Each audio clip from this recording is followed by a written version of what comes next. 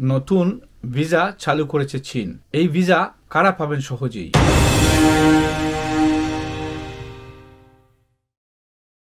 আসসালামু আলাইকুম, welcome back to another blog. প্রযুক্তিগত উদ্ভাবন ও স্বনির্ভরতাকে সামনে রেখে চীন সরকার তরুণ বিজ্ঞান ও প্রযুক্তিগত বিশেষজ্ঞদের জন্য নতুন ভিসা চালু করতে যাচ্ছে। কেয়ার ভিসা নামের এই বিশেষ ভিসাটি আগামী 1 অক্টোবর 2025 থেকে কার্যকর হবে।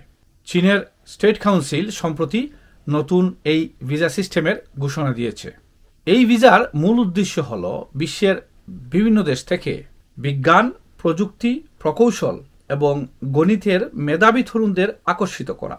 কে টাইপ ভিসার জন্য আবেদনকারীদের অবশ্যই দেশি বা বিদেশি কোনো খ্যাতিসম্পন্ন বিশ্ববিদ্যালয় বা গবেষণা প্রতিষ্ঠান থেকে স্নাতক হতে হবে, অথবা ওইসব প্রতিষ্ঠানে গবেষণার সাথে সংযুক্ত থাকতে হবে। এর মাধ্যমে চীন নিশ্চিত করতে চায় যে শুধুমাত্র যোগ্য এবং উচ্চশিক্ষিত ব্যক্তিরাই এই বিশেষ সুবিধাটি পাবেন। নতুন এই ভিসার অন্যতম প্রধান সুবিধা হল এর সহজ আবেদন প্রক্রিয়া। অন্যান্য সাধারণ ভিসার মতো এর জন্য কোনো চীনা নিয়োগকর্তা বা অফারকারী সংস্থার প্রয়োজন হবে না। এছাড়াও এই বিশেষ ভিসাধারীরা একাধিকবার চীনে প্রবেশ করতে পারবেন এবং ভিসার মেয়াদ, অবস্থানের সময়সীমাও সাধারণ ভিসার চেয়ে অনেকটা সুবিধাজনক হবে। যদিও বয়সের নির্দিষ্ট সীমা এখনো জানানো হয়নি, তবে ধারণা করা হচ্ছে এটি 40 থেকে 45 বছর বয়সের কম ব্যক্তিদের জন্য প্রযোজ্য হবে।